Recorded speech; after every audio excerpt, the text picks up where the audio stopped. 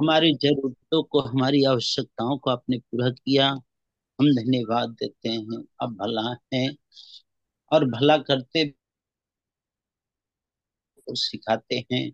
आपने कहा चक्कर देख के यहोवा कैसा भला परमेश्वर है। इसलिए प्रभु आपको धन्यवाद करते हैं। हमारे परिवार को तूने थाम के संभाल के रखा प्रभु जी। आज प्रभु धन्यवाद करते हैं कि उस अंधकार से निकाल कर अपने अद्भुत ज्योति में लाया है। इसलिए प्रभु आपके आत्मिक गुण प्रकट होने पाए। आपकी महिमा हो प्रभु। आप हमसे प्रेम किया प्रभु जी। आज हमें उस प्रेम के द्वारा प्रभु जी आपने निकाला, क्योंकि आपने अपने वचन में बोला है कि मैंने जगत से ऐसा प्रेम रखा कि अपना इकलौता पुत्र दे दिया, ताकि जो कोई इस पर विश्वास करे वह नाश न हो परंतु अनंत जीवन पाए। आपने अनंत जीवन का अधिकारी होने के लिए प्रभु जी आपने एक एक का नाम लेकर के बुलाए। जितने लोग आज प्रभु आपके नाम को पुकारते हैं, उन सबों के लिए प्रार्थना करते हैं कि प्रभु अपनी दया को प्रकट करे, अपनी शांति को प्रकट करे, अपनी भलाइयों को प्रकट करे प्रभु जी। हर एक लोग तेरे प्रेम को पहचान सके। राजा, हम धन्यवाद करते हैं कि तूने अपने आप को दे दिया, यहाँ तक कि अपने आप को दिन किया, यहाँ तक दिन किया कि अपने आप को शून्य कर दिया और पुरुष की मृत्यु भी सहली प्रभु। आपको धन्यवाद देते हैं। कितना प्रेम किया, तेरे प्रेम के लिए मैं कितना भी धन्यवाद दूं प्रभु, क्योंकि कुछ नहीं है, क्योंकि आपने हमें जीवन दान दिया है प्रभु। हमारे कामों, हमारे चलने, हमारे स्वभाव के द्वारा हमारा उद्धार नहीं हुआ, पर आपके प्रभु जी अनुग्रह से प्रभु जी आपने हम पर अपनी अनुग्रह को प्रकट किया, अपनी अनुग्रह से उद्धार किया। आज हम धन्यवाद देते हैं प्रभु। हमारे जीवन को तूने जैसे संभाल कर रखा, आज हर एक के जीवन के लिए प्रार्थना करते हैं कि पिता आज हमारा घराना प्रभु जी ओ राजा उस अंधकार में पड़ा है, नाश की ओर जा रहा है पिता। आपसे प्रार्थना करते हैं कि आप दया करें कि प्रभु हमारा घराना बचाया जाए, क्योंकि आपने कहा जिन्होंने यीशु मसीह पर विश्वास किया तो तेरा घराना उद्धार पाएगा। आज प्रभु अपने वचन के अनुसार हमारे विश्वास को दृढ़ करे कि हम प्रभु जी हमारे विश्वास के द्वारा हमारा घराना भी बचाया जाए, हमारा क्षेत्र बचाया जाए, हमारा जिला बचाया जाए, हमारे राज्य प्रभु जी जिस राज्यों में रहने के लिए दिया है ओ प्रभु जी हमारे देश के लिए प्रभु, हम अपने देश के लिए प्रार्थना करते हैं। हमारा देश प्रभु जी उद्धार में आने पाए, तेरे छुटकारे को देख सके प्रभु, हर एक की आंखें खुल जाए कि प्रभु तेरी व्यवस्था की अद्भुत बातों को देखने पाए। हम सबका जीवन प्रभु तेरे हाथ में है, क्योंकि आपने कहा है कि हर एक घुटना मेरे सामने टिकेगा, हर जीभ अंगीकार करेगी कि यीशु ही प्रभु हैं। इसलिए प्रभु आप मालिक हैं, आप दया करते हैं, आप उपाय करते हैं। हम धन्यवाद देते हैं प्रभु जी। आप शांति देते हैं, धन्यवाद देते हैं आपके प्रेम के लिए, धन्यवाद देते हैं आपके उद्धार के लिए, धन्यवाद देते हैं आपकी भलाइयों के लिए, धन्यवाद देते हैं आपके छुटकारे के लिए, धन्यवाद देते हैं प्रभु।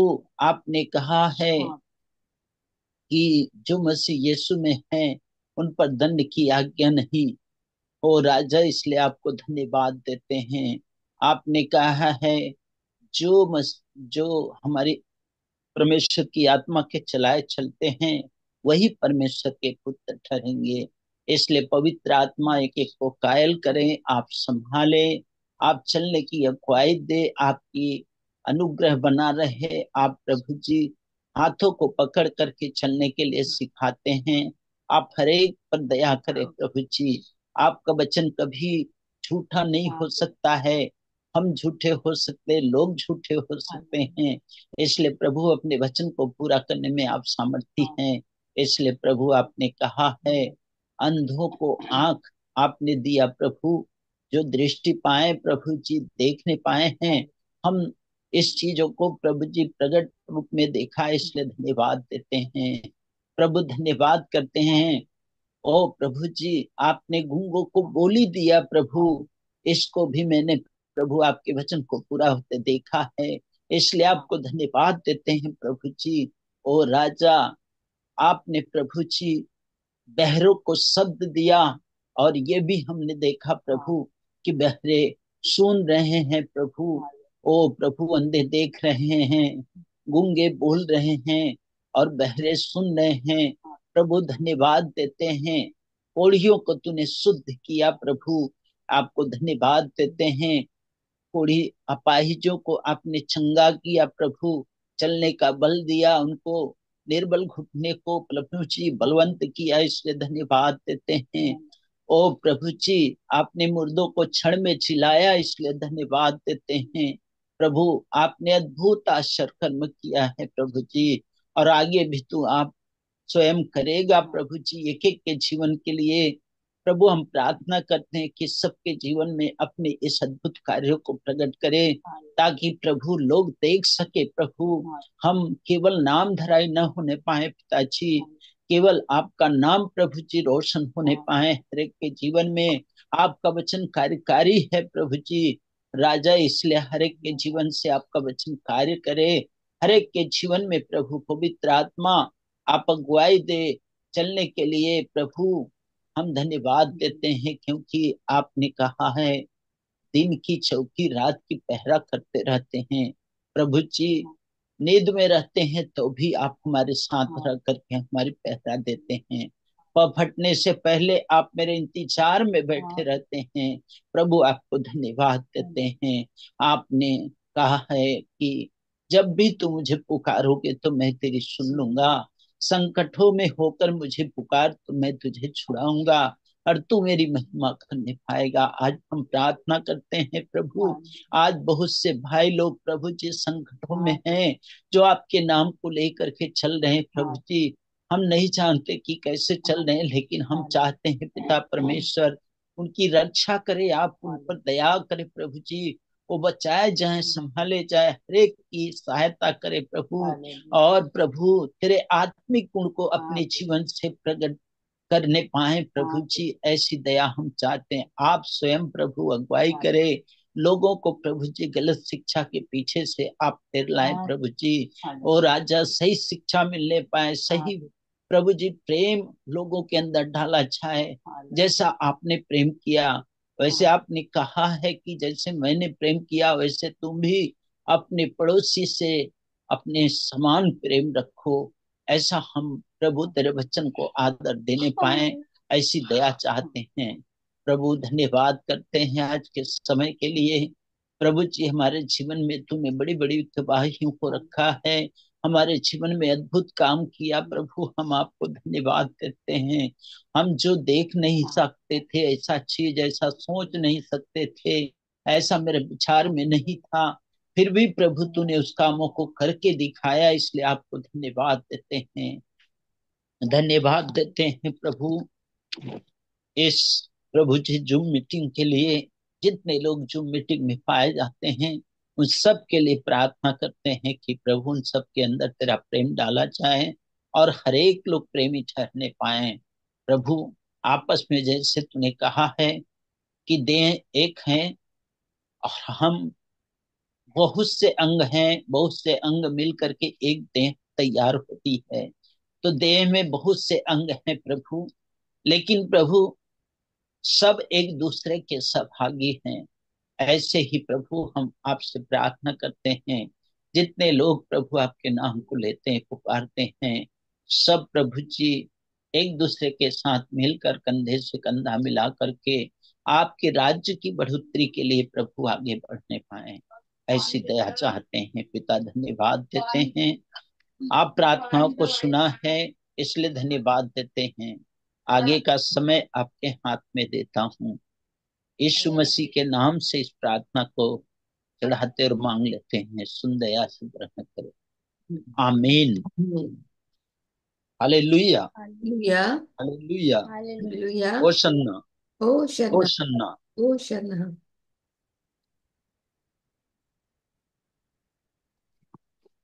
चलो 34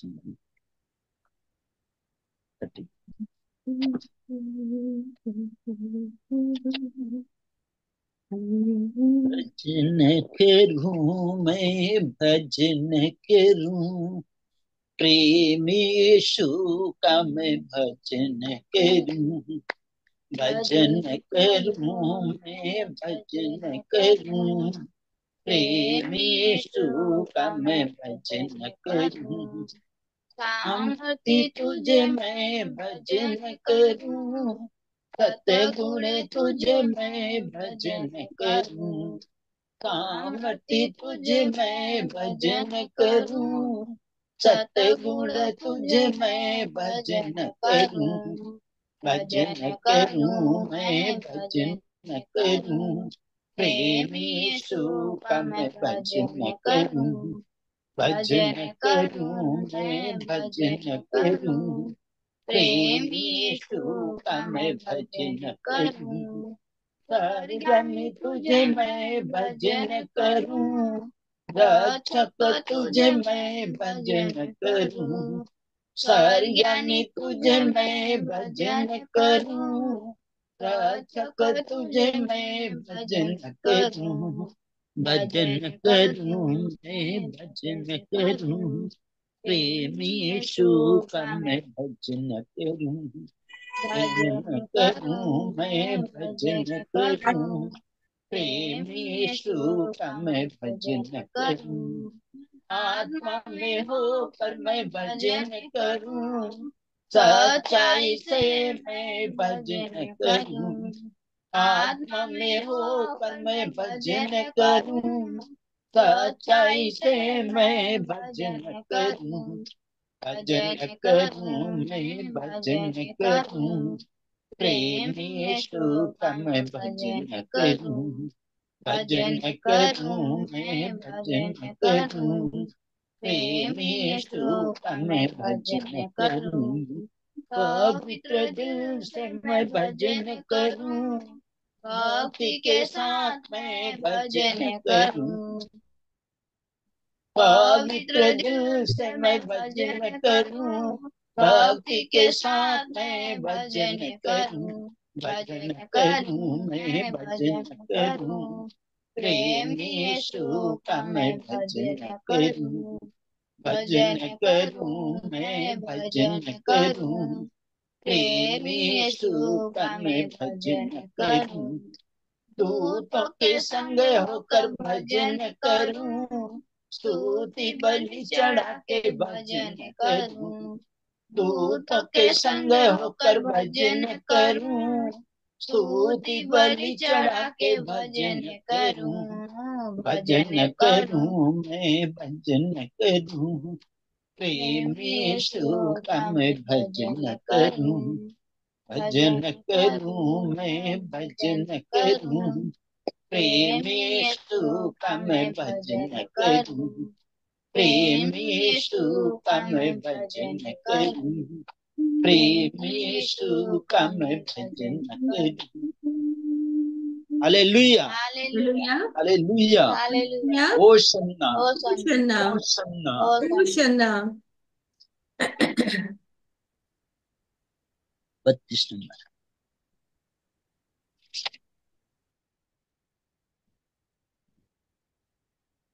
सदा मैं स्तुति करूंगा, सदा मैं सेवा करूंगा, मुझे बचाया यीशु ने, सदा मैं स्तुति करूंगा, सदा मैं स्तुति करूंगा, सदा मैं सेवा करूंगा, मुझे बचाया यीशु ने, सदा मैं स्तुति करूंगा, मुझे बचाने आया, जब मैं गुनाहों में था, मुझे बचाने आया, जब मैं गुनाहों में था, स्वर्ग को छोड़कर जगत में आया, मुझे बचाने को, स्वर्ग को छोड़कर जगत में आया, मुझे बचाने को। सदा मैं स्तुति करूंगा, सदा मैं सेवा करूंगा। तुझे बचाया तूने, सदा मैं स्तुति करूंगा। मैं निराशा में था, तूने मुझे आशा दी। जब मैं निराशा में था, तूने मुझे आशा दी। जगत में आया जीवन को दिया, पवित्र प्रेम यीशु। जगत में आया जीवन को दिया, पवित्र प्रेम यीशु। सदा मैं स्तुति करूंगा, सदा मैं सेवा करूंगा। तुझे बचाया तूने, सदा मैं स्तुति करूंगा। प्रेमी प्रभु यीशु, बचाया तूने मुझे। प्रेमी प्रभु यीशु, बचाया तूने मुझे। देता हूँ मैं सारा जीवन संपूर्ण आनंद से। देता हूँ मैं सारा जीवन संपूर्ण आनंद से। सदा मैं स्तुति करूंगा, सदा मैं सेवा करूंगा। तुझे बचाया यीशु ने, सदा मैं स्तुति करूंगा।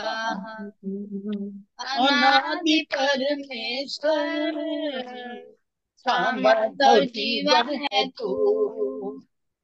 अनादि परमेश्वर, सामर्थ जीवन है तू। तुझे प्रशंसा करता रहूंगा तेरे आने समय। तुझे प्रशंसा करता रहूंगा तेरे आने समय। सदा मैं स्तुति करूंगा, सदा मैं सेवा करूंगा। मुझे बचाया यीशु ने, सदा मैं स्तुति करूंगा, सदा मैं स्तुति करूंगा। सदा मैं सेवा करूंगा। मुझे बचाया यीशु ने, सदा मैं स्तुति करूंगा। हालेलुया, हालेलुया, हालेलुया, हालेलुया, होशन्ना, होशन्ना, होशन्ना। होशन्ना। भजन संगीता 145। हे मेरे परमेश्वर, मैं तुझको सराहूंगा। तेरे ही नाम को सर्वदा मैं धन्य करूंगा। हे मेरे परमेश्वर, मैं तुझको सराहूंगा। तेरे ही नाम को सर्वथा मैं धन्य करूंगा। यहोवा महान और स्तुति के योग्य, उसकी बड़ाई कैसी अगम्य है। यहोवा महान और स्तुति के योग्य, उसकी बड़ाई कैसी अगम्य है। उसके पराक्रम के कामों का, उसके पराक्रम के कामों का मैं वर्णन करूंगा। हे मेरे परमेश्वर, मैं तुझको सराहूंगा। तेरे ही नाम को सर्वदा मैं धन्य करूंगा। यहोवा अनुग्रहकारी दयालु, विलम्ब से को करने वाला अति करुणामय। यहोवा अनुग्रहकारी दयालु, विलम्ब से को करने वाला अति करुणामय। यहोवा सबों के लिए भला है, यहोवा सबों के लिए भला है, उसका दया सारी सृष्टि पर है। हे मेरे परमेश्वर, मैं तुझको सलाहूंगा,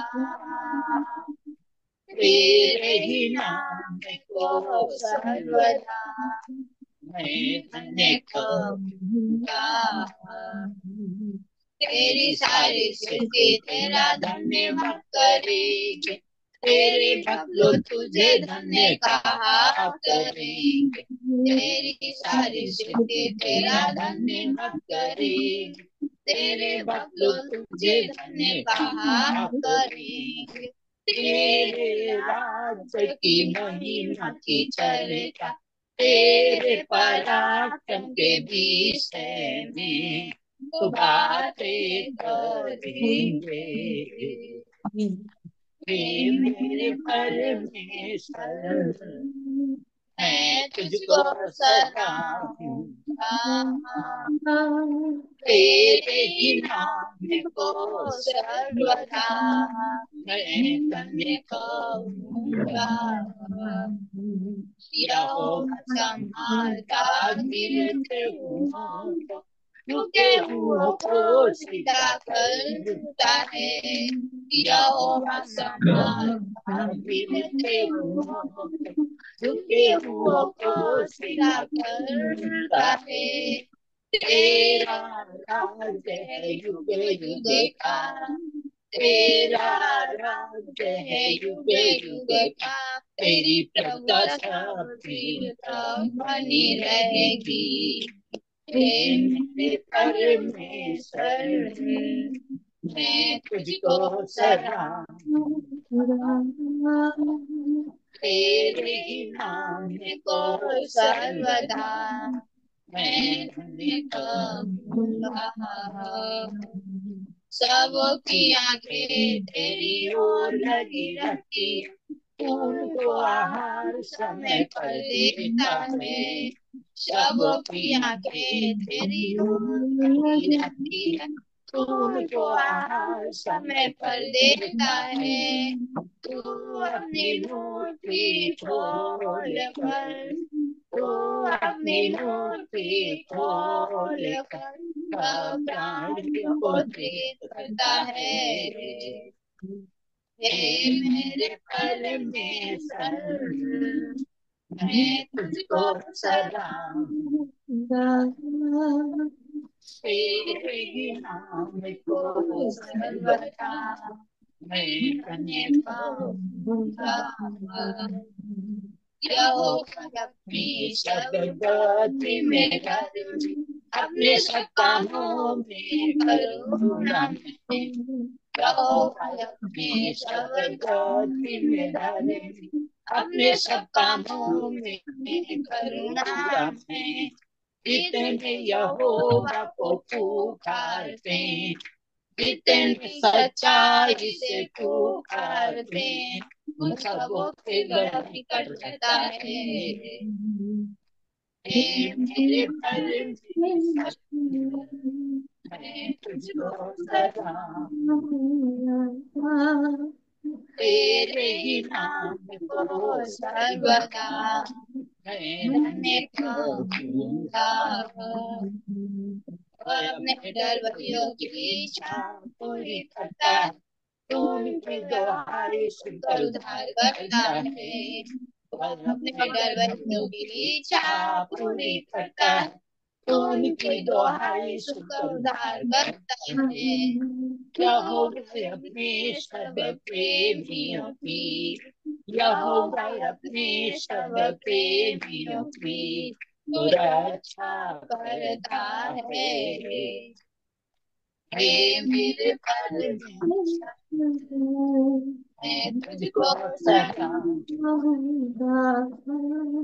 तेरे नाम को सर्वदा मैं धन्य कहूँगा। हे मेरे परमेश्वर मैं तुझको सलाम तेरे नाम को सर्वदा मैं धन्य कहूँगा। हालेलुया, हालेलुया हालेलुया, हालेलुया होशन, होशन्ना होशन। होशन्ना। क्वेश्चन इसको थोड़ा सा सीख लीजिए अच्छे से। हाँ, 8 पद जो आप 8। बहुत स्लो बोलते हो, अनुग्रहकारी, उसको ऐसे नहीं गाते हैं। यहोवा अनुग्रहकारी और दयालु, विनम्र से क्रोध करने वाला थी करुणा में। यहोवा अनुग्रहकारी और दयालु, विनम्र से क्रोध करने इसको वाला थी करुणा में। यहोवा यहोवा सबों के सबों के लिए भला लिए भला है। है, यहोवा यहोवा सबों के सबों लिए के भला लिए है, भला। उसकी दया सारी सृष्टि पर है। हे मेरे परमेश्वर, मैं तुझको सराहूंगा, तेरे ही नाम को सर्वदा मैं धन्य कहूंगा। 14 पद। यहोवा यहोवा संभालता गिरते हुओं को, झुके हुओं को सीधा करता है। यहोवा संभालता गिरते हुओं को, झुके हुओं को सीधा करता है। तेरा राज्य युग युग का, तेरा राज्य युग युग का, तेरी प्रभुता पीढ़ियों तक बनी रहेगी। हे मेरे परमेश्वर, मैं तुझको सराहूंगा, तेरे ही नाम को सर्वदा मैं धन्य कहूंगा। सबों की आंखें तेरी ओर लगी रहती हैं, तू उनको आहार समय पर देता है। सबों की आंखें तेरी ओर लगी रहती हैं, तू उनको आहार समय पर देता है। तू अपनी मुट्ठी खोल कर, तू अपनी मुट्ठी खोल कर सब प्राणियों को तृप्त करता है। हे मेरे परमेश्वर, मैं तुझको सराहूंगा,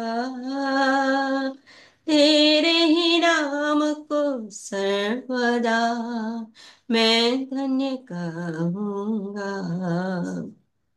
बहुत सारे लोगों, आचार्य जी के यहाँ भी राधिका लोगों से भी थोड़ा सा मिस्टेक हो जाता है। ठीक है, गाते गाते अपन सीख जाएंगे।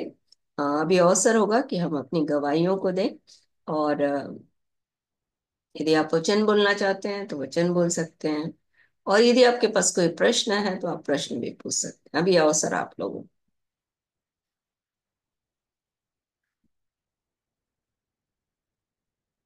को। माइक ऑन कर लीजिएगा ना।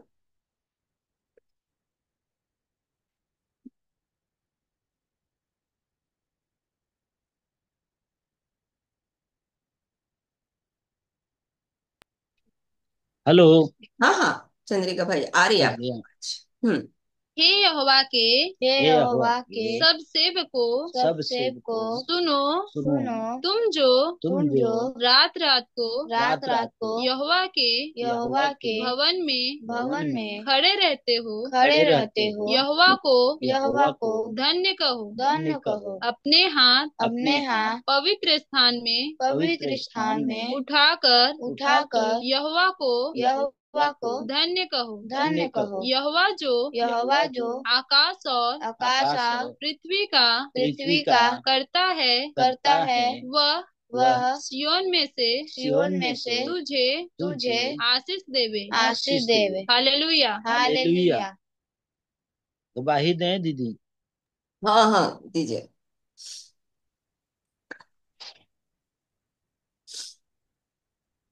धन्यवाद देते हैं उस सच्चे परमेश्वर का, जो आज के दिन में हमें उस अंधकार से निकाल करके अपने अद्भुत ज्योति में लाया है। हम चाहते हैं कि उसका आत्मिक गुण सब में प्रकट होने पाए। हमारा परमेश्वर ऐसा भला परमेश्वर है, तो अपनी आत्मिक गुण को प्रकट कर रहा है। धन्यवाद देते हैं। हम गवाही देते हैं कि परमेश्वर हमारा कितना महान है, जो हम पहले जब प्रभु को नहीं जानते थे तो हमारे जीवन में कितनी समस्याओं का सामना करना पड़ता था, और मैं बिना हॉस्पिटल जाए मेरे शरीर में एक पेट में दर्द होता था, कभी भी उससे छुटकारा नहीं मिल पाता था। थोड़े देर के लिए हॉस्पिटल या ओझा सोखा के पीछे जाने से थोड़ा बहुत होता था, फिर वही हाल होता था। तो मुझे इसका एक वो बना लिए कि दारू समझती हैं दीदी? हम्म। दारू शराब। हाँ शराब। तो क्या होता था कि उस समय हम लोग यही सब पीने लगे कि पेट में दर्द होगा तो कुछ इससे राहत मिलेगा। तो ऐसे करके शराब पीना, सब कुछ ऐसे नशा करने लग गए और समस्या में बहुत पड़ गए। तो हम प्रभु का धन्यवाद देते हैं कि उस समय हम तो प्रभु को नहीं जानते थे, लेकिन प्रभु का वचन कहता है, माँ के कोख में रचे जाने से पहले मैंने तुझ पर चित्त लगाया, उत्पन्न होने से पहले मैंने तेरा अभिषेक किया। परमेश्वर हमारे जीवन को उस समय बहुत समस्याओं में थे, लेकिन वो बचा के रखा। आज उसके नाम को हम ले पाते हैं। हम धन्यवाद देते हैं उस परमेश्वर का, जो मैं उस अंधकार से निकाला। और मैं जब प्रभु को नहीं जानते थे, उस समय दीदी लोग हमारे गांव में आकर के भजन करती थी, एक घर में, मंगलवार दिन को, और संडे को भी आराधना करती थी, और मंगलवार को भी रात में। तो मेरी पत्नी, मैंने सुना था कि क्या कहें, कैसे छुटकारा मिले। और हमने एक चीज देखा था कि मंत्र एक संजीवनी है, जीवन देने वाला। तो मैं मंत्र पढ़ना शुरू कर दिया। एक नहीं, 5 गुरुओं का मंत्र पढ़ा हूँ, लेकिन पढ़े थे। लेकिन परमेश्वर का धन्यवाद हो कि उस कार्यों को आज मैं देखता हूँ तो कितना गंदा काम है वो। अब कैसे वहां से परमेश्वर हमको निकाला। एक दिन की बात थी कि जब लास्ट में मंत्र पढ़ रहे थे, तो उसमें जो गुरु पढ़ाता है वो हमको बोला कि देखो भाई, अधूरा में कोई छोड़ देगा तो पागल हो सकता है, पागल हो जाएगा, कुछ भी हो जाएगा। तो हम इसमें कुछ नहीं कर सकते हैं। आपको बस इतना बता रहे हैं कि जिसको पढ़ना है पूरा करे, नहीं तो पढ़े ही ना। तो मैं पढ़ना शुरू कर दिया था। एक दिन ऐसे ही बात हो रही थी, केशव के साथ हम लोग बचपन से ही रहते थे। तो उसको मैंने बोला, केशव भाई चलो मंत्र पढ़ लो। उसने कहा भैया हम भी कुछ करते हैं, तो आप इसको देख लो ना थोड़ा। तो मैं कहा क्या है बताओ। तो हालेलुया में हम लोग जाते हैं, दीदी आती है, वो प्रार्थना करती है तो कुछ चंगाई होता है, तो आप परेशानी से छूट जाओगे, ऐसे करके कहा। तो मुझे पिताजी की बातें याद आई, क्योंकि हम नहीं जानते थे। हमारे पिताजी जब बीमार थे तो दीदी के पास जाकर के प्रार्थना करवाए थे, और हम सोचते थे कि ये तो हम दवाई लियान के देते हैं, उसमें ठीक होते हैं। बाद में मुझे पता चला कि जब मरने के समय हमारे पिताजी, तुरंत तुरंत उनको दर्द उठा और तुरंत मर गए। और वहां पर जब डेट हो गया उनका, तो डेट होने से पहले वो एक बात बोले थे कि मुझे हालेलुया में लेके चलो। तो हम कहे हम वहां नहीं जाएंगे ईसाई बनने। लोग ईसाई बनाते हैं तो हम ईसाइयों में थोड़ी जाएंगे। देवी देवता हैं, बहुत जगह दौड़े लेकिन कहीं कुछ नहीं हुआ। तो मैंने कहा हमारे पिताजी मरने से पहले इस बात को बोल के गए हैं, तो हम क्यों न उसको देख लें। तो हम अपनी पत्नी को भेजे। तो एक बार गई तो आने के लिए दीदी लोग बोली तो नहीं आए। तो ये हुआ कि अरे सब ऐसे ही तो झूठ बोलते हैं, ऐसे करके मैंने सोचा। लेकिन जाओ फिर से एक बार, शायद आ जाएं तो हमारे घर में छुटकारा हो जाए, हम लोग बच जाएं। तो दूसरा बार फिर से मेरी पत्नी जब गई तो दीदी लोग आने के लिए बोली। तो मैं इंतजार में बैठा था। 4 बजे के आसपास दीदी और एक बहन और थी, वो भी साथ में आई। तो आकर के भैया बाद में आए हैं। लेकिन आई दीदी तो उस समय हमारे घर में जब देखे हम तो बोले चलिए अंदर। तो दीदी बोली कि आप भी चलो ना अंदर, आप बैठोगे तब ना बैठेंगे। तो हम लोग बैठे जब घर में, तो एक ही बात हम ध्यान देते हैं कि परमेश्वर अपने वचन को, वास्तव में जो लिखा है, मुंह से जो उसके निकला है, ये खाली नहीं जाता। क्योंकि उस समय हम अपने दुख को बताए थे कि ऐसी ऐसी समस्या है दीदी, मैं क्या करूं, बहुत परेशान हूं और अब जीने लायक नहीं हूं, ऐसा हो गया है जीवन। तो दीदी कहें कि नहीं, एक है जो छुटकारा दे सकता है। तो उसके विषय में उन्होंने रोमी उसका 10 अध्याय का 9 और 10 पद को खुलवाई, एक नया नियम दी। तो उस पर लिखा था नया नियम। हमारे घर में नया नियम था, लेकिन हम नहीं जानते थे कि ये क्या है। उस दिन जब दी हमको दीदी, तब हमको समझ आया कि ये किताब तो हमारे घर में पहले से है, और उसको हम डायरी बना के अपने पास रखते थे।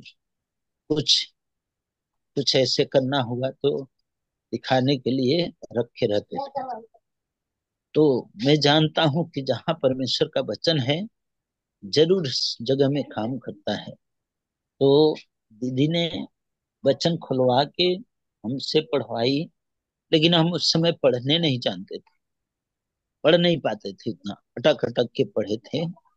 तो ये वचन रोमी 10 का 9 10 हम पढ़ते हैं, क्योंकि परमेश्वर का वचन हमें हमारे जीवन में काम किया है कि यदि तू अपने मुंह से यीशु को प्रभु जानकर अंगीकार करे और अपने मन से यानी हृदय से विश्वास करे कि परमेश्वर ने उसे मरे हुओं में से जिलाया, तो तू निश्चय उद्धार पाएगा।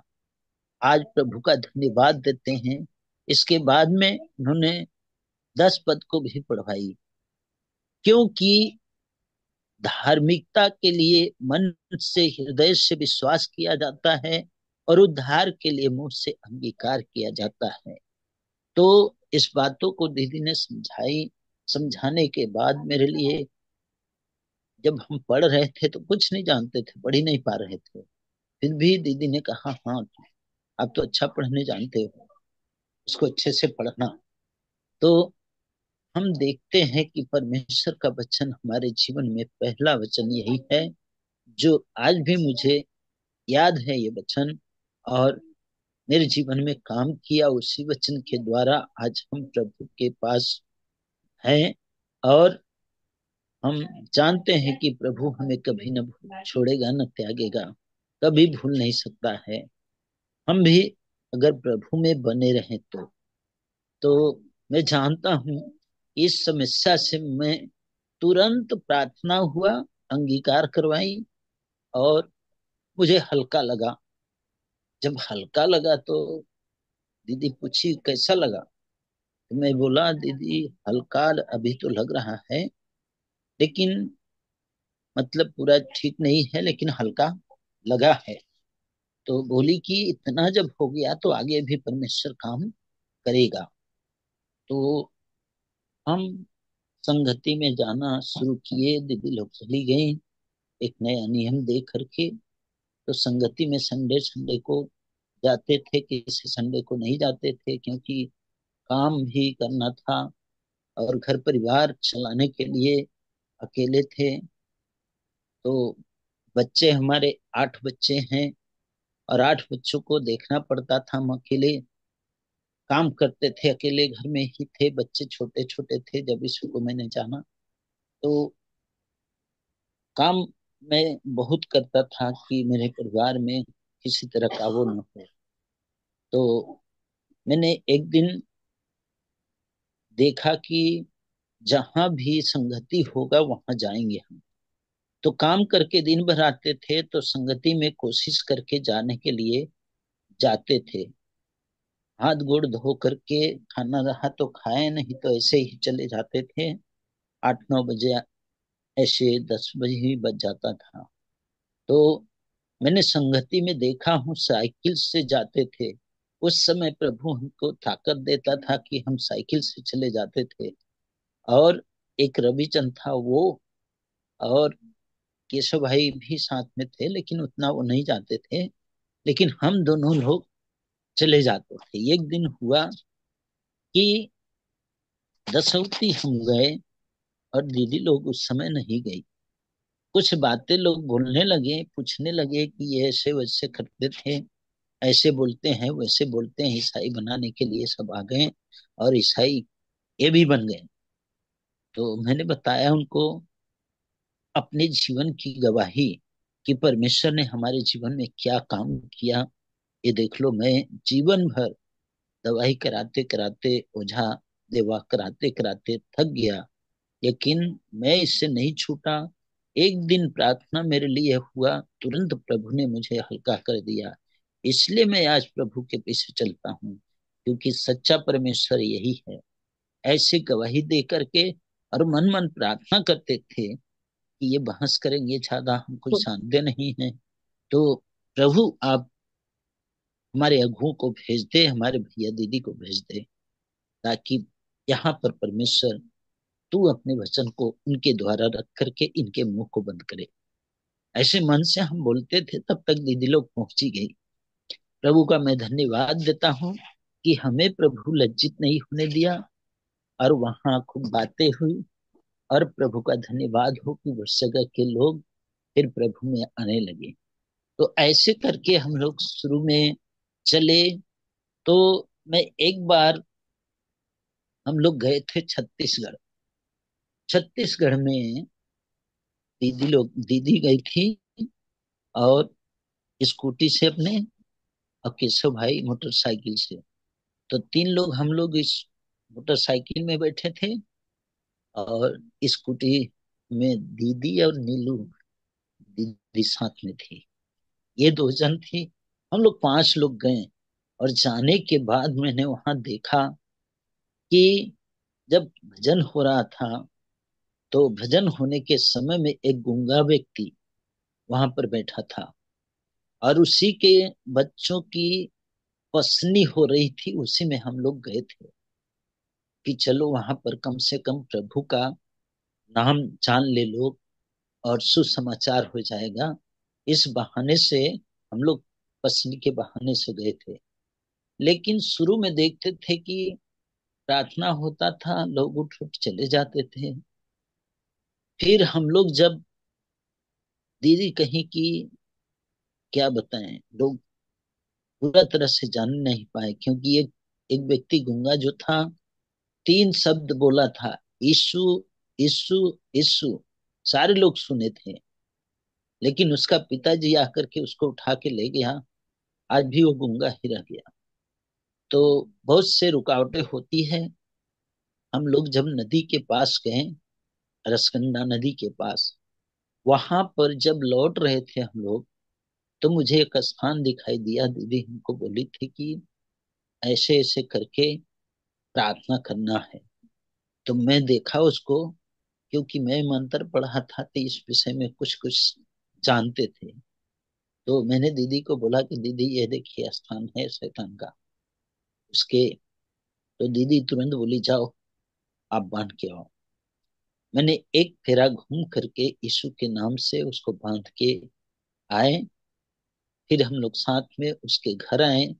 घर में आते ही कितने लोग आ गए हैं प्रार्थना करवाने, कोई ठिकाना नहीं, बहुत ज्यादा लोग आ गए। सब लोग प्रार्थना करवाए हैं। तो परमेश्वर कितना वहां पर काम किया। और पहली गवाही वहां पर हम लोग दिए थे, कभी गवाही नहीं दिए थे। दूसरी बार गवाही हम वहां पर दिए थे कि हम केशव भाई और तेजवली, रविचंद, ऐसे करके 10-12 लोग गए थे, याद है, सपहा गांव में।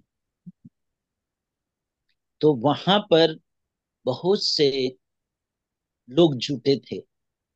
और उस समय हम लोग भाई उतना गवाही नहीं बोल पाते थे, लेकिन प्रभु का अनुग्रह है, पवित्र आत्मा मदद किए कि हम लोग बोल पाए। वहां पर बोलते थे कि चलो तुम लोग शुरू करो। वहां पर आए थे वकील, पटवारी, और कौन कौन ऐसे बहुत थे, मास्टर, प्रिंसिपल थे, ये सब बैठे थे।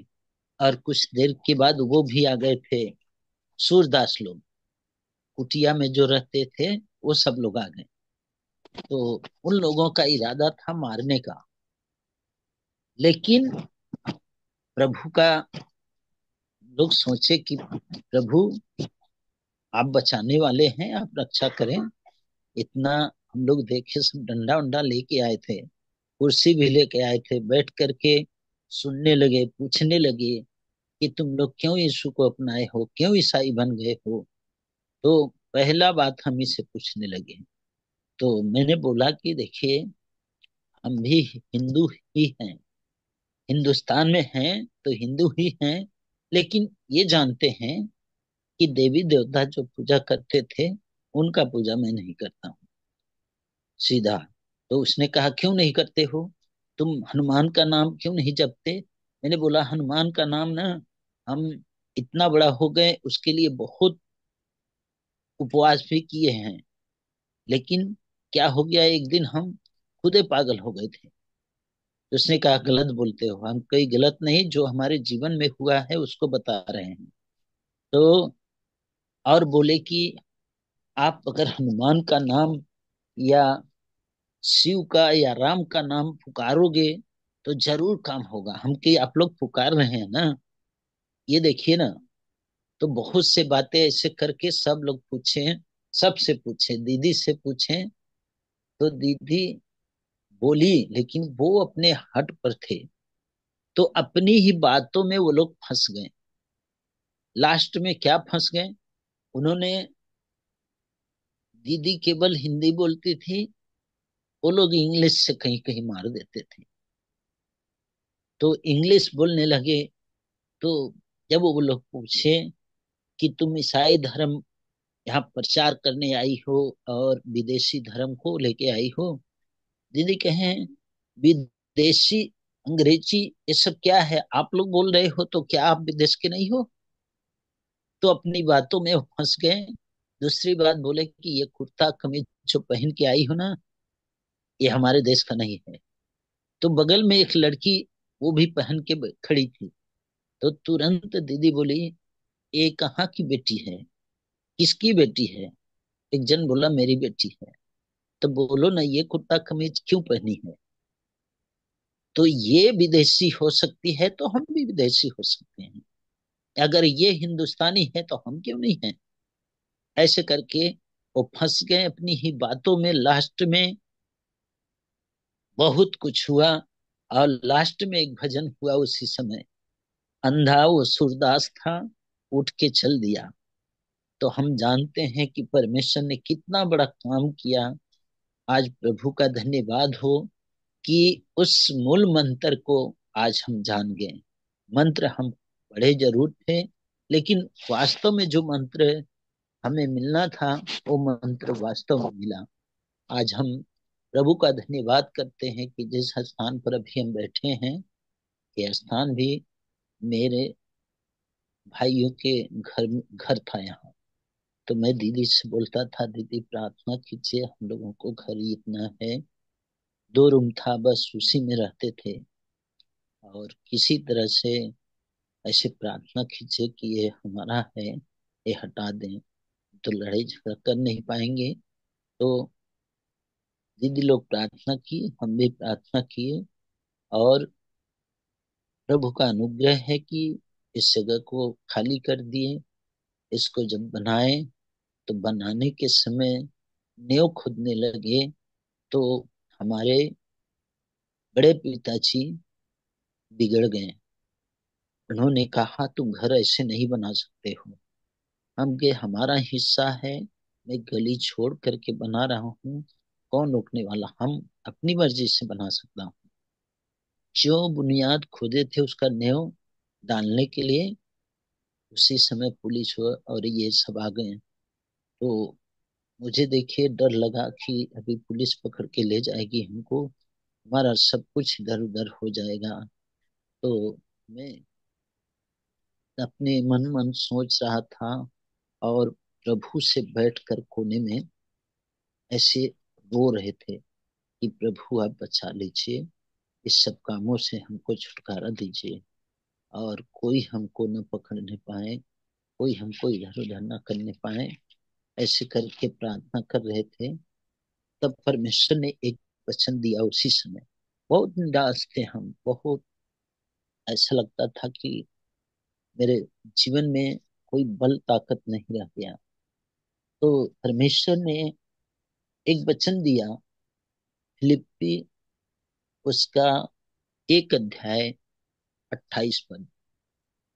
उसमें लिखा है, और किसी बात में विरोधियों से भय नहीं खाते, यह उनके लिए विनाश का स्पष्ट चिन्ह है, परंतु तुम्हारे लिए उद्धार का, और यह परमेश्वर की ओर से है।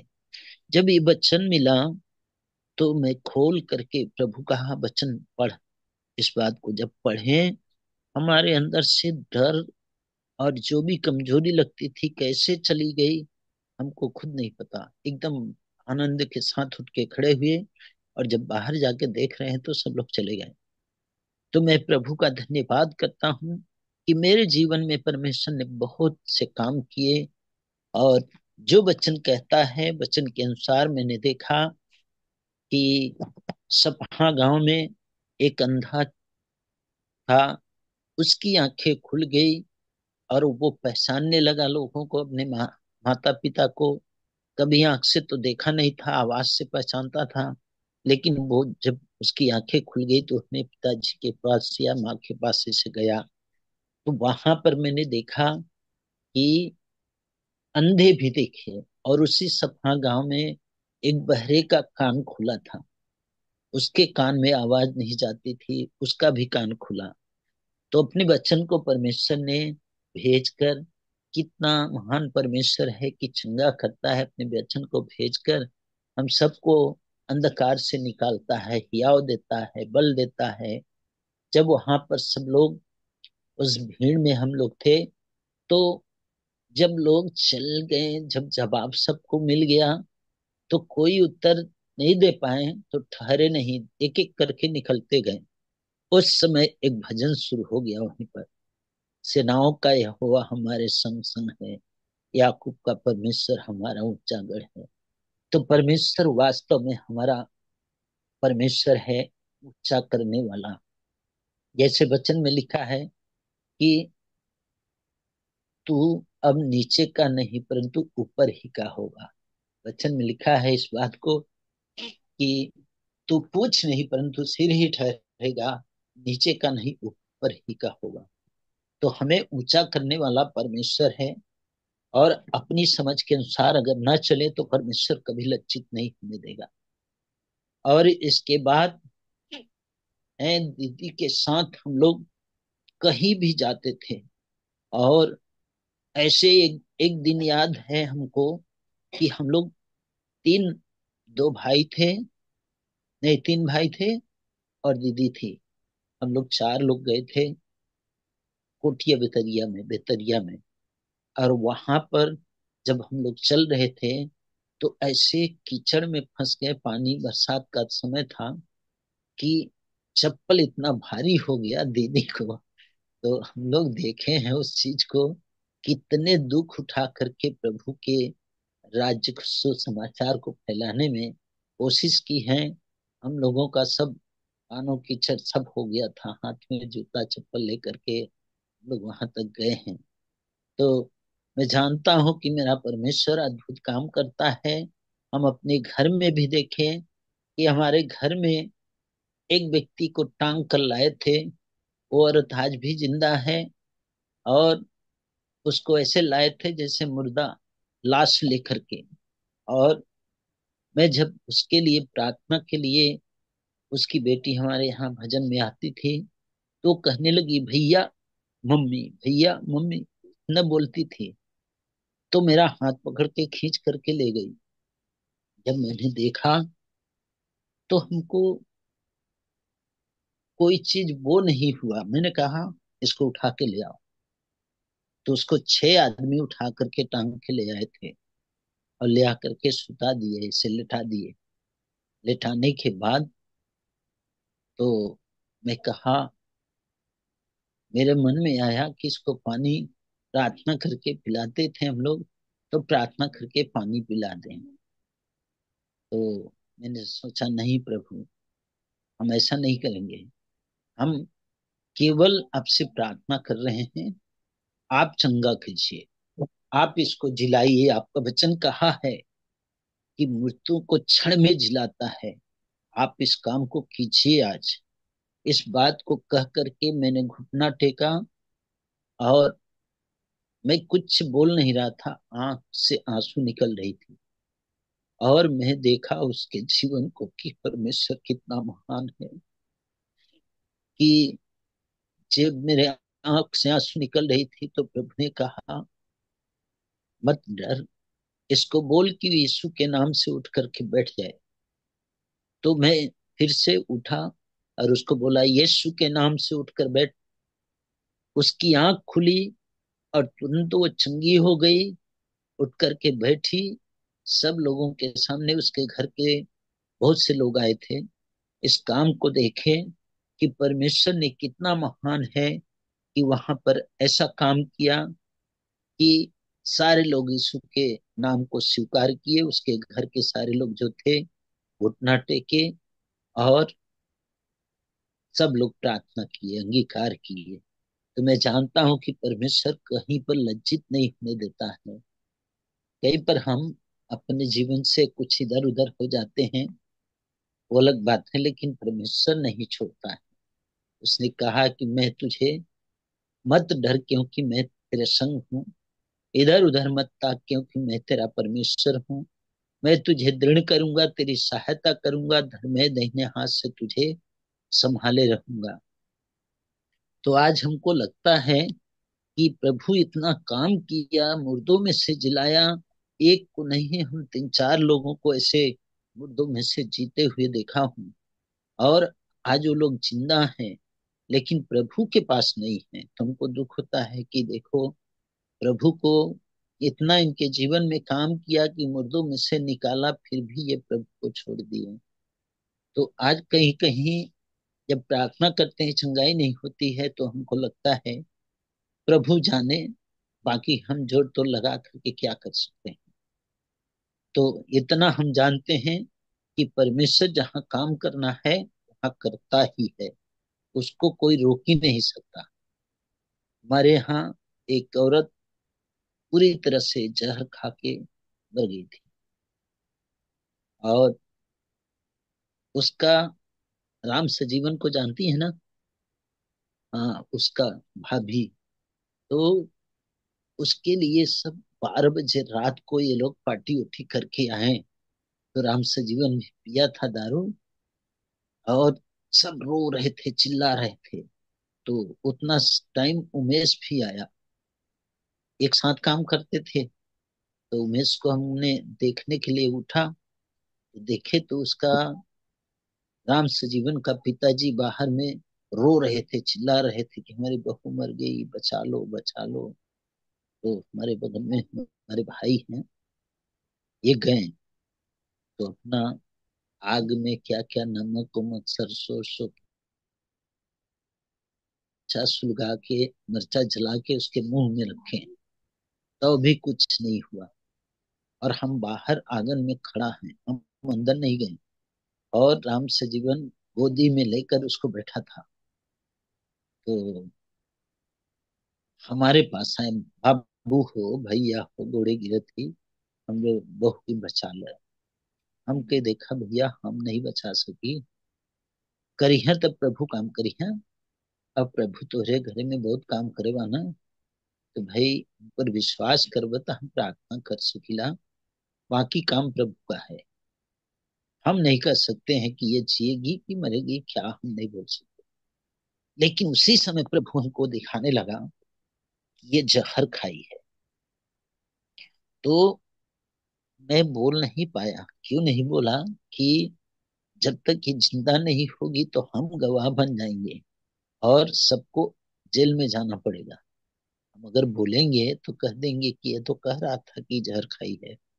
तो ऐसे करके मैंने कहा ठीक है, एक गिलास पानी ले आओ। तो जब गिलास नहीं, एक जग पानी ले आए। एक जग जब पानी ले आए तो मैं उसके लिए प्रभु से प्रार्थना किया कि प्रभु तू अपने लहू को जगत में इसलिए बहाया है कि लोग छूटे बंधन से छुटकारा पाए, मृत्यु के बंधन से आज ये छुटकारा पाए और ये चंगी हो जाए। आज तू काम करके दिखा दे प्रभु, इतने लोग खड़े हैं। मैं ऐसे रो करके बोला। और इसको मेरी बहू रिश्ते में लगती थी तो मैं उसको नहीं छुआ। फिर क्या किए कि राम सजीवन को दे दिए पानी, कि इसका आंख मुंह धो, इस सूरज की लहू की जय बोल के, और इसके मुंह में देखो डालो कैसे, यहाँ यहाँ खोल करके सब डाला। लेकिन वो नहीं उठी, कुछ भी नहीं हुआ। तो हम सोचे क्या हो गया प्रभु, अब कैसे कहें हम, कहें राम सजीवन को देखे तो ये दारू पिया था। मैं कहा तुम हटो यहाँ से, किनारे हो जाओ, इसको छोड़ दो। फिर मैं उसको गोदी में लेकर के प्रार्थना करके वही पानी को उसके मुंह में डाला, और यीशु की लहू की जय बोल करके यीशु का लहू वहां पर यू काम किया कि उसके अंदर से फेन आने लगा, एकदम गच्छा पूरा निकलने लगा।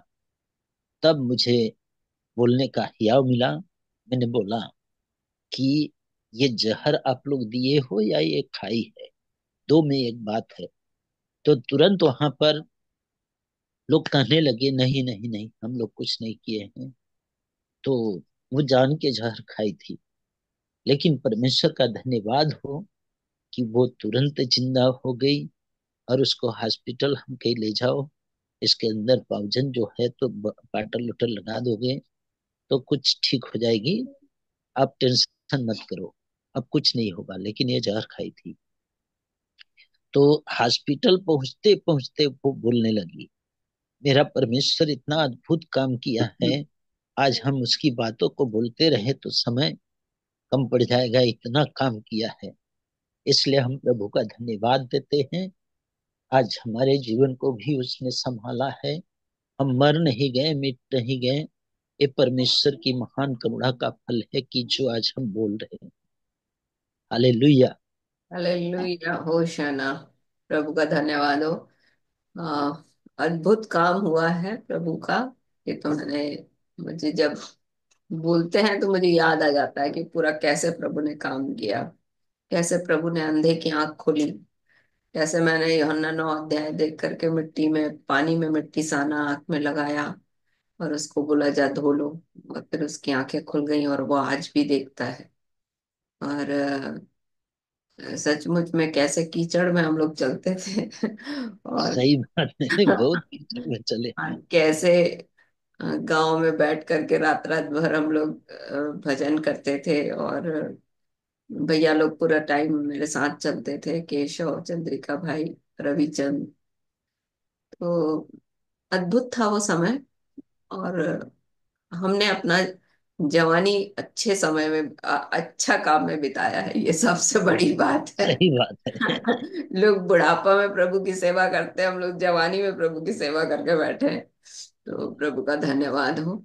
और अद्भुत समय था, अद्भुत अद्भुत अद्भुत समय था, जो प्रभु ने हमारे जीवन को ये दिखाया कि परमेश्वर का एक वचन मैं याद करती हूँ, उसको मैं आपको बताऊंगी। निकालिए मेरे साथ लूका की किताब, उसका 10 अध्याय।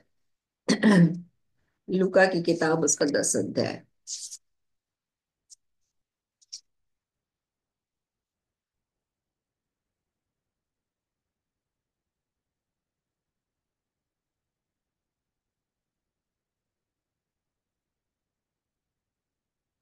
मैं प्रभु का धन्यवाद करती हूँ कि ये सब आश्चर्य कर्म जो प्रभु ने किए, जैसे भैया बता रहे थे कि कानों को खोला, आंखों को खोला, दुष्ट आत्माएं निकली।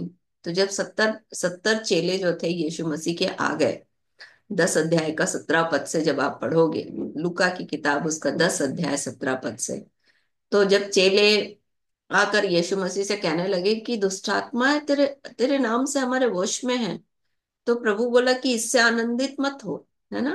क्योंकि परमेश्वर प्रभु यीशु मसीह ने शैतान को स्वर्ग से गिरता हुआ देखा था, और कहा कि इससे आनंदित मत हो, पर इससे आनंदित हो कि दुष्ट आत्माएं हमारे वश में है, पर इससे आनंदित हो कि स्वर्ग में तुम्हारे नाम लिखे हुए हैं।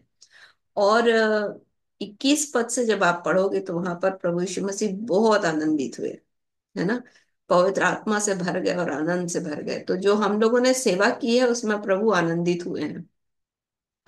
और ये तो हम पक्का कह सकते हैं, क्योंकि बहुत सारे लोगों के जीवन में प्रभु ने अपने अद्भुत आश्चर्य कर्मों को प्रकट किया। पर 23 पद में आपका ध्यान डालना चाहती हूँ। बता, तब चेलों ने की ओर मुड़कर अकेले में कहा, धन्य है वे आंखें जो ये बातें जो तुम देखते हो देखती हैं, क्योंकि मैं तुमसे कहता हूँ कि बहुत से भविष्यवक्ताओं और राजाओं ने चाहा कि जो बातें तुम देखते हो देखें पर ना देखी, और जो बातें तुम सुनते हो सुने पर ना सुनी। भविष्यवक्ताओं ने ये सब देखने की कोशिश की थी कि प्रभु कैसे अद्भुत काम करते हैं, चिन्ह और चमत्कार करते हैं। पर प्रभु ने हमारे जीवन में अनुग्रह किया कि हम इस बात को देख पाए कि प्रभु कैसे आश्चर्य कर्म करते हैं। और इसलिए परमेश्वर का वचन बोलता है, ब्लेसेड है, धन्य है हम, कि हमने ये देखा है, हमने ये सुना है, और आज हम सुन रहे हैं। जो लोग वहां नहीं थे वो सुन रहे हैं, वो धन्य है। क्योंकि अद्भुत काम प्रभु ने किए हैं, और सबके पास अपनी गवाही है कि प्रभु ने अद्भुत अद्भुत काम हमारे जीवन के लिए किए हैं। अ, मैं छोटे बच्चे लोगों को बोलूंगी कि आप वचन बोलो, क्योंकि फिर बाकी लोग उनको बहुत तकलीफ होगी। सरू अपनी बिटिया को बोलो, फिर अपन वचन में जाएंगे। Praise the Lord ma'am. Praise praise the Lord. परमेश्वर परमेश्वर धर्मी धर्मी लोगों के बीच में हमेशा रहते हैं। हालेलुया। होशन्ना। रोशन, वेरी गुड वेरी गुड। किरण बोलो। जय मसीह दी। जय मसीह की। भजन संहिता 26 का 1। हम्म, हे यहोवा, मेरा न्याय कर, क्योंकि मैं खराई से चलता रहा हूँ, और मेरा भरोसा यहोवा पर अटल बना है। Hallelujah. Very good very good. हम मैं आज प्रभु का धन्यवाद करती हूँ कि लक्ष्मी सिस्टर हम लोगों के बीच में जुड़ी है। और आज सवेरे ही उनसे मेरी बात हुई, और वो बोली कि मैं आपसे मिलना चाहती हूँ। मैंने बोला मिलना चाहती हूँ तो सबसे अच्छा तरीका है कि जूम में जुड़ जाओ। तो प्रभु का धन्यवाद हो कि वो आज जुड़ी है। और जो मैं वहां शक्ति नगर में रहती थी। हाँ, शक्ति नगर में जो नहीं पढ़ाती थी। नहीं, बहुत सारा लक्ष्मी है, ये रायपुर की लक्ष्मी है। तभी तो press Lord. Praise Lord, praise Lord. बहुत सारा लक्ष्मी है इसमें, यहाँ पर की एक लक्ष्मी है रायपुर की। और आप गवाही दोगी अपनी? मैं इनके घर गई, हाँ, और इनके जीवन में प्रभु ने अद्भुत काम किया। और ये प्रभु का अनुग्रह है मेरे जीवन के लिए, कि मैं उनसे मिल पाई और प्रभु के वचन की सच्चाइयों को बता पाई। ये मेरे जीवन के लिए प्रभु का अनुग्रह है। और आप बोलोगी लक्ष्मी सिस्टर? माइक ऑन करो। अभी नहीं बोलूंगी। अभी नहीं बोलोगी? आज नहीं। चलो, प्रभु का धन्यवाद हो कि आज थोड़ा सा समय हो गया है। यदि आपके पास कोई प्रश्न है तो आप प्रश्न पूछ सकते हो, अन्यथा दीदी अभी आज फिर मेरे को 12-1 बजे फिर बीपी लो हो गया था। अच्छा। और हल्का हल्का फीवर भी लग रहा है, वीकनेस लग रही है, वो मैं प्रेयर रिक्वेस्ट देना चाहती हूँ। चलो, हम लोग प्रार्थना करेंगे आपके लिए। हाँ, और सर भी पूरा भारी भारी लग रही है। तो प्रार्थना प्लीज आप लोग से रिक्वेस्ट करती हूँ कि मेरे लिए प्रेयर रखिएगा। जय श्री दीदी। जय यीशु की। वचन बोलेंगे भजन संहिता 67 का 19 वचन। हम्म। धन्य है प्रभु जो प्रतिदिन हमारा बोझ उठाता है, और वही हमारा उद्धारकर्ता परमेश्वर है। हालेलुया होशन्ना।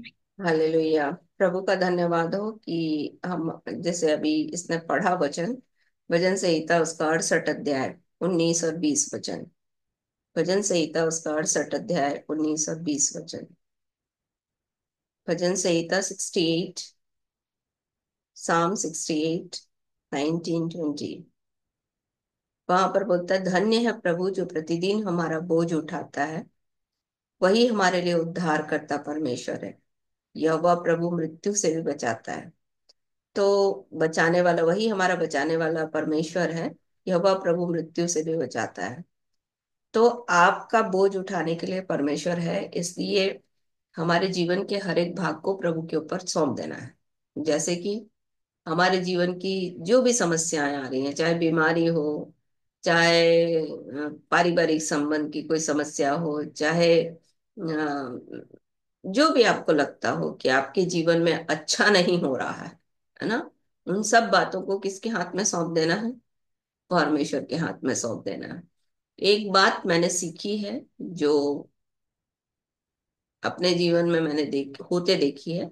परमेश्वर का वचन बोलता है कि कल हम देख रहे थे, याकूब पर कोई मंत्र नहीं चलता, इज़राइल पर कोई भावी कहना मायने नहीं रखता। तो कल अपन देख रहे थे इज़राइल कौन है। इज़राइल कौन है? शुद्ध मन वाले। और क्या देखा? इज़राइल जो है वो भक्त लोगों को इज़राइली बोला है। और भक्त कौन होते हैं? बलिदान चढ़ाते हैं, जिनसे परमेश्वर प्रसन्न होता है। और स्वर्ग में उनके लिए प्रचार होता है कि मेरे भक्तों को मेरे सामने इकट्ठा करो, जिन्होंने मुझसे बलिदान चढ़ाकर वाचा बांधी है। कल अपन देख रहे थे। आज के दिन मैं आपको याकूब के बारे में बताऊंगी। याकूब कौन था, कुछ जानते हैं? थोड़ा 2 मिनट के लिए बताइए, याकूब कौन था? याकूब के बारे में जानते हैं? क्या दीदी? याकूब, याकूब कौन था? बोलता है ना, तो निकालो गिनती की किताब, उसका 23 अध्याय 23 पद। गिनती की किताब उसका 23 अध्याय 23 पद।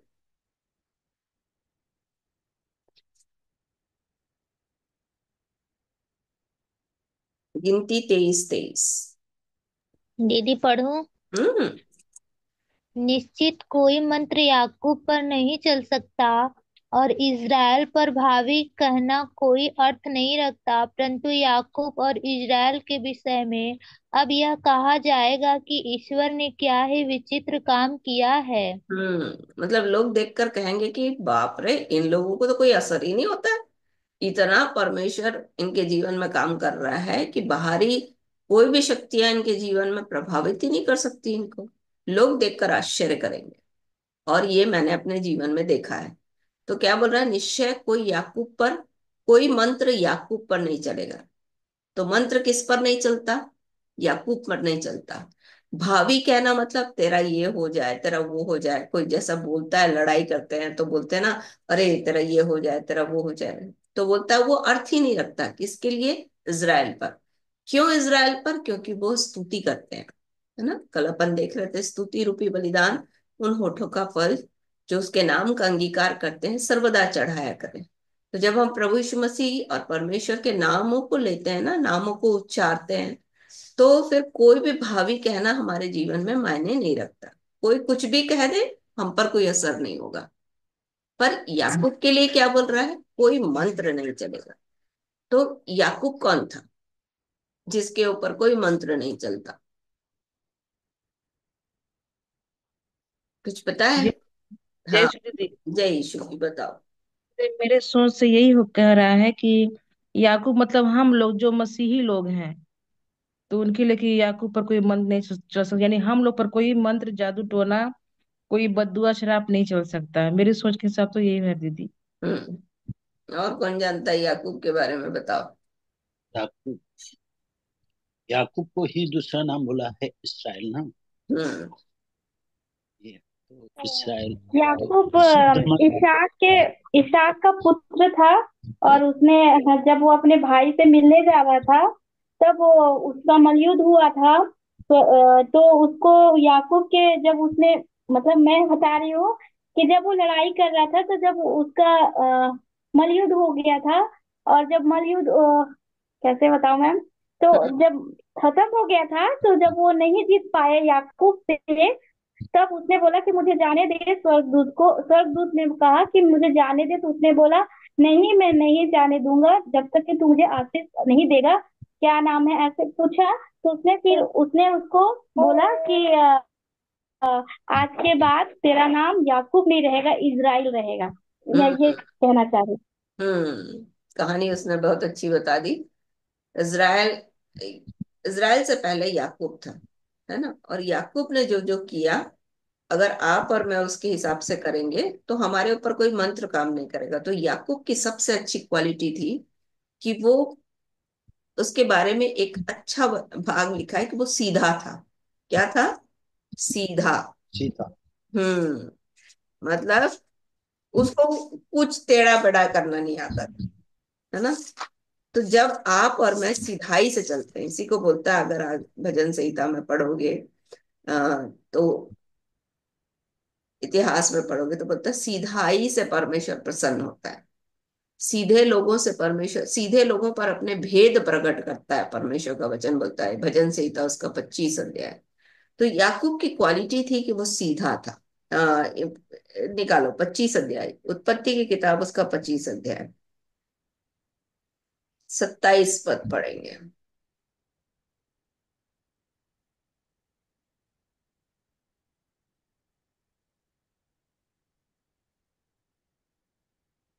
उत्पत्ति की किताब उसका 25 अध्याय, 25, ट्वेंटी दीदी, सेवन पढ़ू। हाँ पढ़ो। फिर वे लड़के बढ़ने लगे, हम्म। और एसाव तो नौवासी होकर चतुर शिकार खेलने वाला हो गया, पर याकूब सीधा मनुष्य था और तंबुओं में रहा करता था। बस क्या इसहाक बोल रहा है, बस बस यहाँ पर इसहाक के दो बेटे थे, एसाव और याकूब। याकूब की एक क्वालिटी थी कि वो सीधा था। जैसे मैंने आपको बताया कि सीधे लोगों पर परमेश्वर अपने भेद को प्रकट करता है। फिर बोलता है वो तंबुओं में रहा करता था। तंबू मतलब परमेश्वर की उपस्थिति। उसको दुनिया से कोई मतलब नहीं था। इसलिए यदि आप मूसा, और मूसा का जो चेला था, क्या नाम था उसका, यहोशू, यहोशू के बारे में आप पढ़ोगे, तो यहोशू के लिए बोलता है कि वो तंबू को नहीं छोड़ता था, तंबू से बाहर नहीं निकलता था, परमेश्वर की उपस्थिति से बाहर नहीं निकलता था। तो जो लोग परमेश्वर की उपस्थिति में रहते हैं, और जो लोग सिधाई से अपना जीवन चलाते हैं, सिधाई मतलब परमेश्वर के वचन के हिसाब से, है ना, न दाएं मुड़ना न बाएं मुड़ना, स्ट्रेट चलना। स्ट्रेट मतलब कि जो परमेश्वर का वचन बोल रहा है उसको फॉलो करना, उसको मानना। हम्म? तो जो लोग ऐसा चलते हैं, और जो लोग परमेश्वर की उपस्थिति में रहते हैं उनके ऊपर कोई मंत्र काम नहीं करता। कोई कितना भी मंत्र पढ़े उनके ऊपर काम नहीं करेगा। क्यों? क्योंकि वो परमेश्वर के घेरे में है। और परमेश्वर के घेरे में कोई मंत्र काम नहीं कर सकता। परमेश्वर की उपस्थिति में उसको सबसे अच्छा मैं आपको अगर याद दिलाऊं तो कभी आपने पुराने समय में जो देवी देवताओं के पिक्चर्स चलते थे उसको देखा था आपने? उसमें क्या होता था, तीर चलाते थे। तो जहां पर सुरक्षा कवच रहता था वो तीर क्या हो जाता था, वापस चले जाता था या फिर बुझ जाता था। वैसे ही परमेश्वर के लोगों के जीवन में जो परमेश्वर का सुरक्षा कवच है, परमेश्वर का सुरक्षा कवच क्या है? पवित्र आत्मा की, यीशु के लहू की, परमेश्वर के दूतों की जो सुरक्षा कवच है, उसके कारण से मंत्र कोई काम, वचन का सुरक्षा जो है उस पर मंत्र काम नहीं करता। तो मैं समझती हूँ आज के दिन आप समझ गए कि याकूब पर कोई मंत्र नहीं चलेगा। क्यों बोला? क्योंकि वो सीधा था और परमेश्वर की उपस्थिति में चलता था, परमेश्वर की उपस्थिति को नहीं छोड़ता था। इसलिए परमेश्वर के लिए रोमियो की पत्री में बोलता है, याकूब के लिए परमेश्वर कहते हैं कि एसाव को उसने अप्रिय जाना पर याकूब को उसने प्रिय जाना।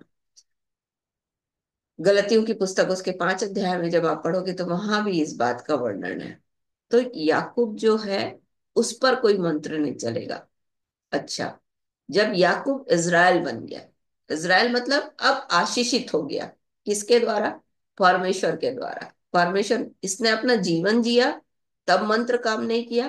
फिर इसने आशीष पाई, जब आशीष पाई तो लोगों के कहने का कोई मतलब उसके जीवन में काम नहीं किया। इसलिए जब आप गिनती जिस 23-23 का हमने खोला था उसमें बिलाम को बुला करके बालाक ने बोला कि इनको श्राप दो। तो जब श्राप देने की बारी आई तो जितने बार वो 3 बार गया और उसने बलिदान चढ़ाया कि इज़राइल को श्राप दे, पर नहीं दे पाया। जितने बार बोला उतने बार वो परमेश्वर की ओर से वैसे शब्द उसने बोले जो आशीष के वचन थे। तो जब आप आशीषित लोग हो तो आपके जीवन में शैतान शैतान की कोई ताकत काम कर ही नहीं सकती। कोई, जब आप परमेश्वर के उपस्थिति में चल रहे हो यदि, तो कोई मंत्र आपके जीवन में काम नहीं करेगा। और जब आप परमेश्वर के द्वारा आशीषित लोग हो तो किसी के बुरा कहने से आपके ऊपर बुरा होगा ही नहीं। इस बात को हमेशा स्मरण रखना। और इसीलिए बोलते हैं याकूब पर कोई मंत्र नहीं चलेगा, इज़राइल पर कोई भावी कहना मायने नहीं रखता। क्यों? क्योंकि यीशु मसीह आया ही शैतान के कामों को नाश करने के लिए। यीशु मसीह आया शैतान को निकम्मा करने के लिए। निकम्मा मतलब बेकाम का करने के लिए। अब आपके जीवन में उसका कोई काम काम कर ही नहीं सकता।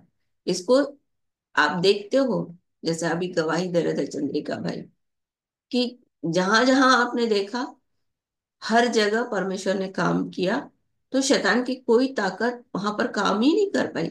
जैसे अभी बता रहे थे, हम लोग एक गांव में गए थे जहां पर अंधे की आंखें खोल दी गई और वहां पर पूरे गांव के लोग हमको डंडा से मारने आ गए थे। और वहां पर परमेश्वर ने अद्भुत काम किया। जो लोग डंडा लेकर आए थे उन्हीं लोगों ने परमेश्वर की स्तुति की और बहुत सी बातें उन्होंने बोली। पर फिर बाद में आखिरी में हाथ जोड़ करके क्षमा भी मांगा और बोल रहे थे कि हम तुमको ऐसा कर देंगे वैसा कर देंगे, पर वो कुछ नहीं कर पाए। कारण ये था कि परमेश्वर के द्वारा आशीषित लोगों का वो कुछ नहीं बिगाड़ सकते। कौन? देखो, लोग हमारे लिए बुरे नहीं है, शैतान की ताकत हमारे लिए कुछ नहीं कर सकती। इसलिए अपने दिमाग से जब आप इस बात को निकाल दोगे कि नहीं, मेरे ऊपर शैतान की कोई ताकत काम नहीं कर सकती, मेरे ऊपर मैं परमेश्वर के द्वारा आशीषित हूँ, इसलिए मेरे जीवन में कोई शैतान की काम नहीं हो सकते। मैं परमेश्वर के द्वारा परमेश्वर की उपस्थिति में रहने वाली हूँ। यीशु का लहू मेरे चारों ओर है, परमेश्वर का वचन मेरे चारों ओर है, पवित्र आत्मा मेरी अगुवाई कर रहा है, यीशु का नाम काम कर रहा है।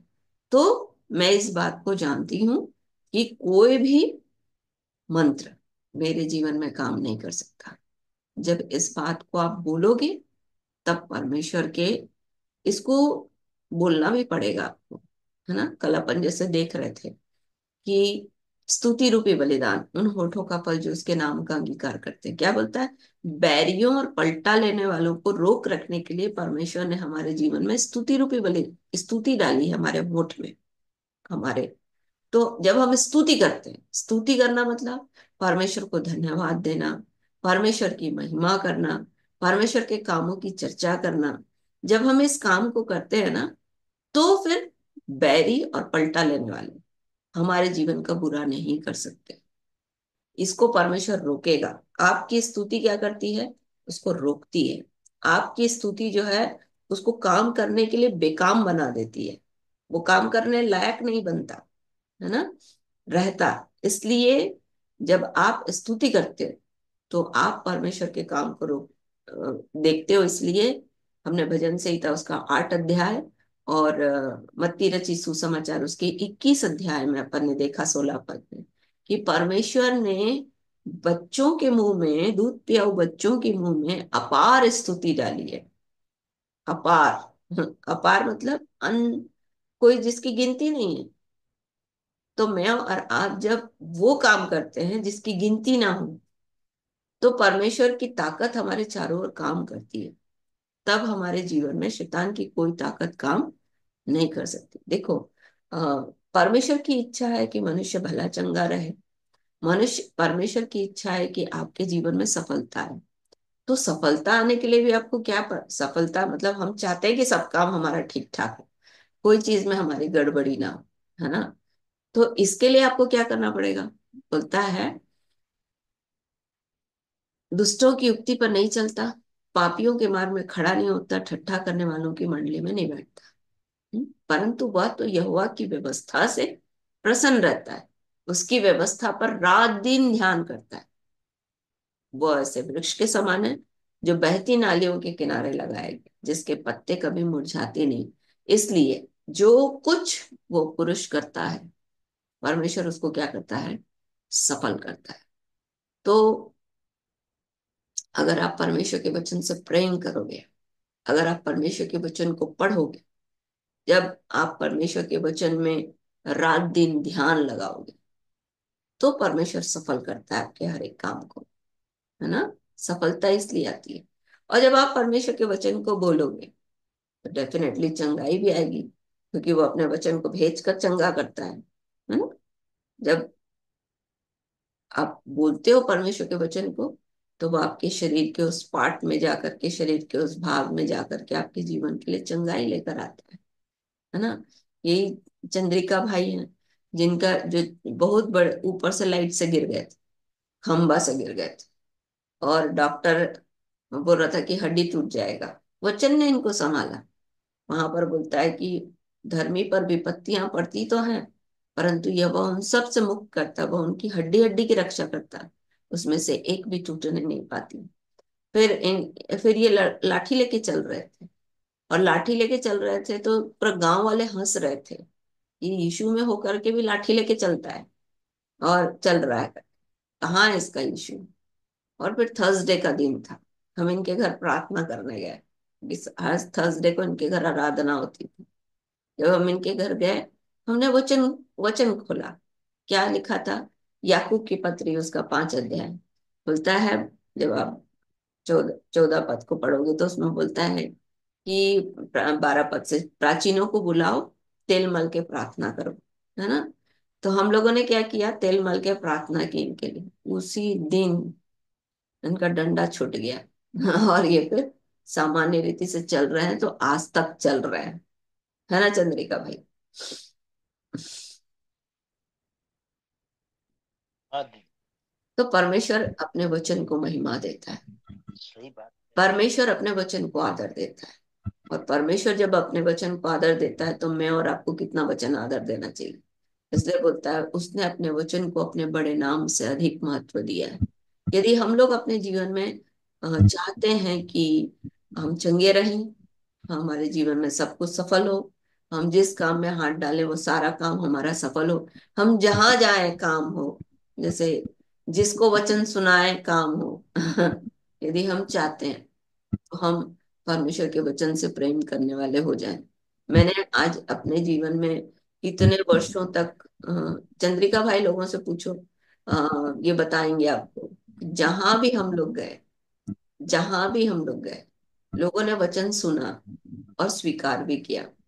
कहीं ऐसा नहीं हुआ हमको कि हमको ऐसा जगह मिला हो जहां पर किसी ने वचन को स्वीकार नहीं किया। ऐसा कभी मिला चंद्रिका भाई? नहीं, जहां भी गए हैं वहां काम देखे हैं परमेश्वर। काम हुआ है। और ये काम क्यों हुआ है? परमेश्वर ने अपने वचन को आदर दिया। हमने परमेश्वर के वचन से प्रेम किया, परमेश्वर ने अपने वचन का आदर किया। कोई भी ऐसा जगह नहीं है, यहाँ तक कि मेरे बारे में कहा जाता था कि मोहनी है। जिस मोहनी मतलब मोह लेती है, जिस घर पे जाके वचन सुनाएगी वहां पर सब कुछ, सब इशू का हो जाता है। तो ये मेरे लिए बहुत बड़ी बात थी। और ये स्टेटमेंट किसी और ने ही नहीं, बड़े बड़े लोगों ने बोला है कि, और उन लोगों ने कहा कि तुम जहां जहां जाती हो वहां वहां लोग यीशु में पहुंच जाते हैं, तुम मोहनी हो। तो ये प्रभु का अनुग्रह है मेरे जीवन में। क्यों? प्रभु का अनुग्रह कब आता है? जब परमेश्वर का वचन आता है। जब परमेश्वर के वचन से आप प्यार करते हो, तो कम से कम आप परमेश्वर के वचन को पढ़ना शुरू कर दो। देखो, जब आप बीमार होते हो तो आप सोचते हो कि कैसे हम पढ़े, बिस्तर में पढ़े हैं, कैसे पढ़े। तो जो याद है वो बोलिए, क्योंकि वो भी एक वचन है। जो परमेश्वर का वचन आपने सुना है, यीशु मसीह मार्ग, सत्य और जीवन है। यीशु मसीह जीवन की ज्योति है। यीशु जगत की ज्योति है। यीशु मसीह जीवन की रोटी है। ये बोलना शुरू करिए। जैसे आप बोलना शुरू करेंगे वैसे ही परमेश्वर काम करना शुरू करेगा। सो प्रभु आपकी सहायता करे कि याकूब पर कोई मंत्र नहीं चलता, इज़राइल पर भाभी कहना मायने नहीं रखता। याकूब कौन? जो सीधे लोग रहते हैं और जो परमेश्वर की उपस्थिति में रहते हैं, जो तंबू को नहीं छोड़ते। और इज़राइल कौन? जो परमेश्वर की ओर से आशीषित हैं। कल अपन ने देखा था, इज़राइल मतलब शुद्ध मन वाले। भजन संहिता उसका 73 अध्याय 1 पद। और अपन ने कल देखा था इज़राइली कौन? जो भक्त लोग। दीदी क्या याकूब के बारे में बताइए थोड़ा सा और। याकूब कौन, कैसे बोली? नहीं सुनाई नहीं। अच्छा, नहीं सुनाई दिया? याकूब के बारे में मैंने बोला, याकूब सीधा था और तंबुओं को नहीं छोड़ता था, परमेश्वर की उपस्थिति को नहीं छोड़ता था, है ना। और इज़राइल कौन? जो शुद्ध मन वाले हैं। भजन संहिता उसका 73 अध्याय 1 पद। और भजन संहिता 146 अध्याय, वहां पर जब आप आखिरी पद पढ़ोगे तो वहां पर बोलता है भक्त लोग, जो स्तुति करते हैं। तो भक्त लोग कौन होते हैं? जो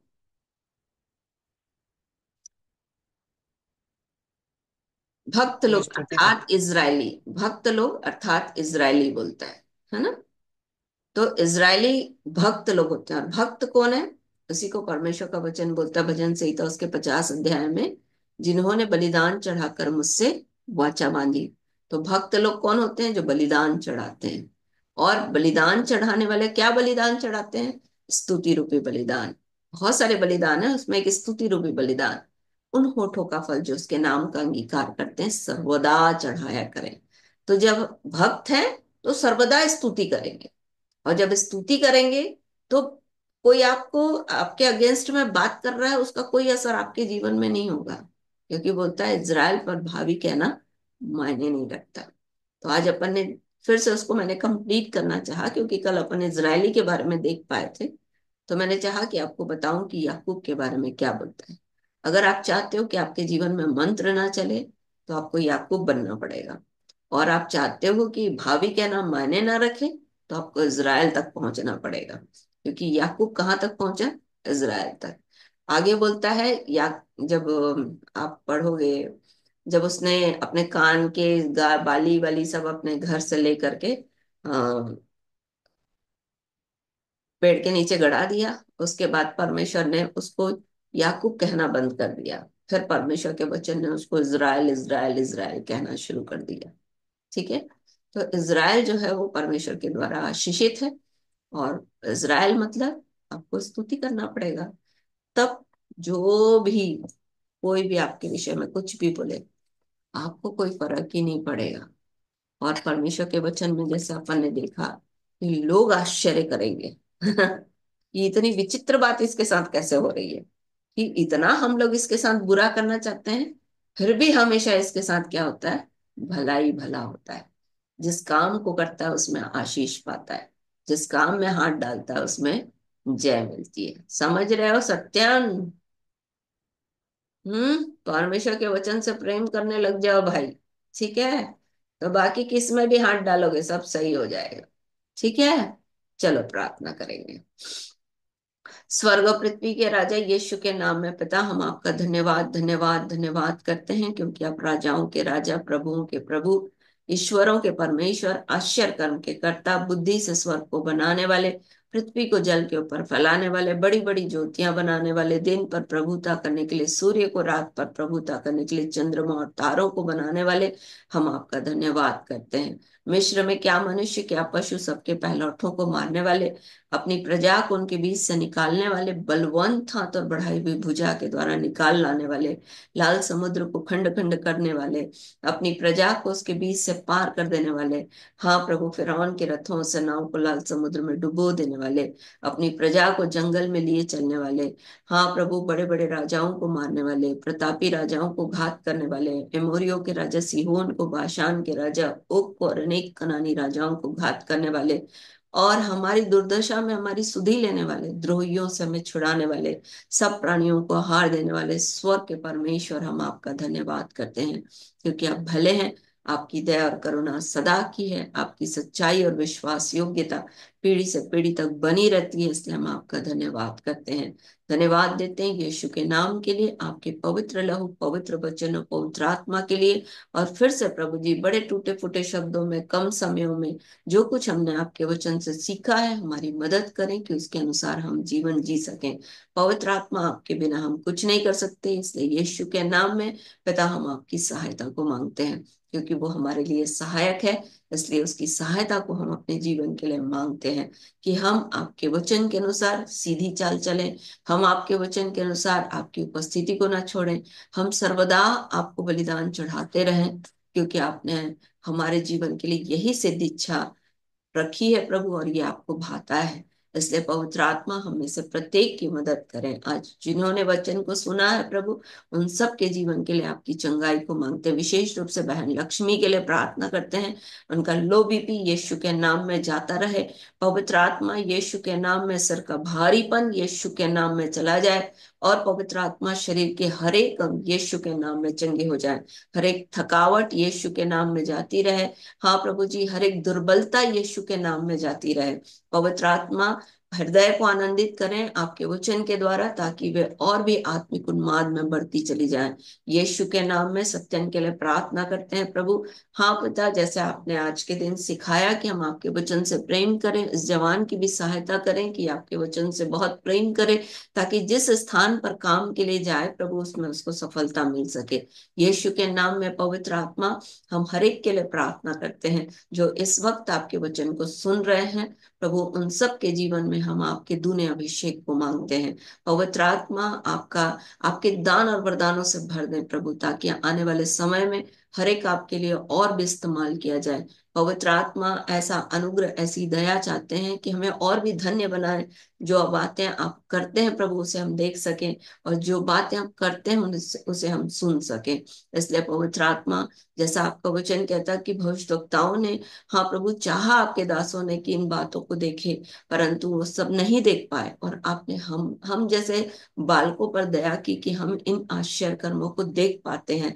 पिता, हम आपका धन्यवाद करते हैं। इसलिए यीशु के नाम में आपके साथ चलने में हमारी सहायता करें। रात्रि में आपका वचन हर एक के जीवन को संभाले प्रभु, सुरक्षा दे, और कल का दिन हम आपके वचन के अनुसार प्रभु आपसे बातें करते हुए, हाँ प्रभु, आपकी उपस्थिति में दिन भर बिता सकें, ऐसा अनुग्रह चाहते हैं। यदि आप आए तो हम आपके साथ बादलों पर जाना चाहते हैं। पवित्र आत्मा, हम में से प्रत्येक की मदद करें कि हम आपके मुख के प्रकाश को अपने जीवन में देख सकें, आपके प्रकाशनों से भर दें, आंखें खोल दें, ताकि हम आपकी व्यवस्था की अद्भुत बातों को देख सकें। हर एक के हृदय में आपका वचन लिखा जाए, हर एक के मनों में आपका वचन डाला जाए, ताकि याकूब पर कोई मंत्र न चले, इज़राइल पर कोई भावी कहना मायने न रखे, और लोग ये देख कर प्रभु आश्चर्य करें कि क्या विचित्र बात जो परमेश्वर इनके साथ करता है। पिता, हम आपकी दया को यीशु के नाम में हर एक के जीवन के लिए मांगते हैं, और इस वक्त हर एक के जीवन को आशीषित करते हैं। बहन मौरिया की भी आंखें यीशु के नाम में चंगी हो जाएं, इस बात की हम घोषणा करते हैं। कल जब वो अपने पट्टी को खुलवाने के लिए जाती है, प्रभु सारी बातें उनके जीवन के लिए नॉर्मल हो, ऐसा अनुग्रह चाहते हैं। पवित्र आत्मा आपकी सामर्थ को काम करते देख रहे हैं, इसलिए हम आपका धन्यवाद करते हैं।